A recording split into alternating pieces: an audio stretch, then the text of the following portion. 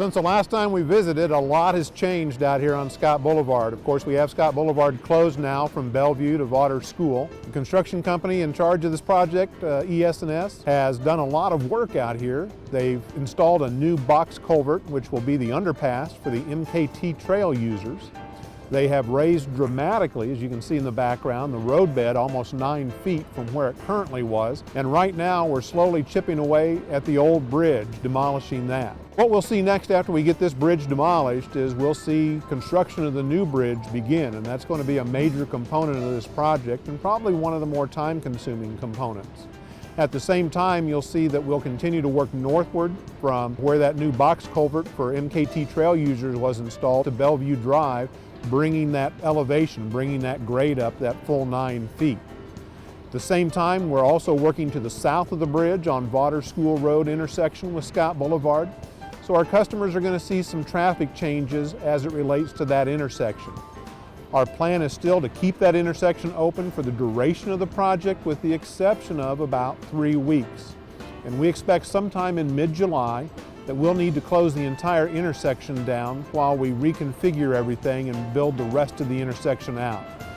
We also want to caution people that use that intersection that a lot of construction is getting ready to start on that new roundabout, and so they're going to need to exercise a lot of caution. So motorists, pedestrians, bicyclists, those folks are going to need to be careful and really pay attention as things could change almost on a daily basis with that intersection.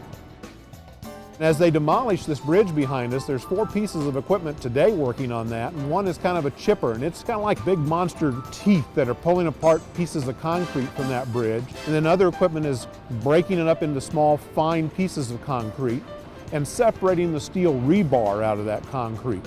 So what's going to happen with all that is we'll be able to reuse that broken and chipped concrete for fill on this project. We'll be able to take the steel and have it recycled. So the old bridge is getting new life by giving components to the project back.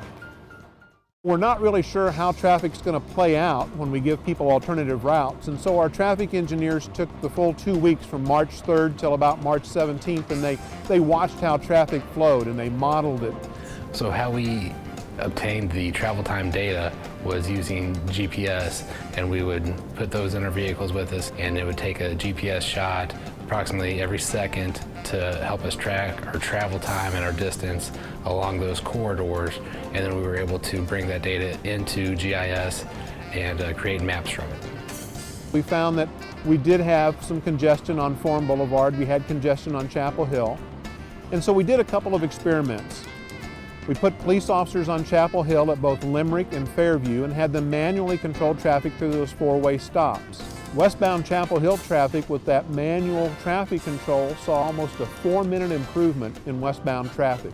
We saw a slight increase in eastbound traffic. So what we've done today is we've added 2 left turn lanes on Chapel Hill at Fairview for both east and westbound traffic. We'll add manual traffic control on weekdays during peak traffic hours from 4 p.m. to 6 p.m. on Chapel Hill at Limerick and Fairview.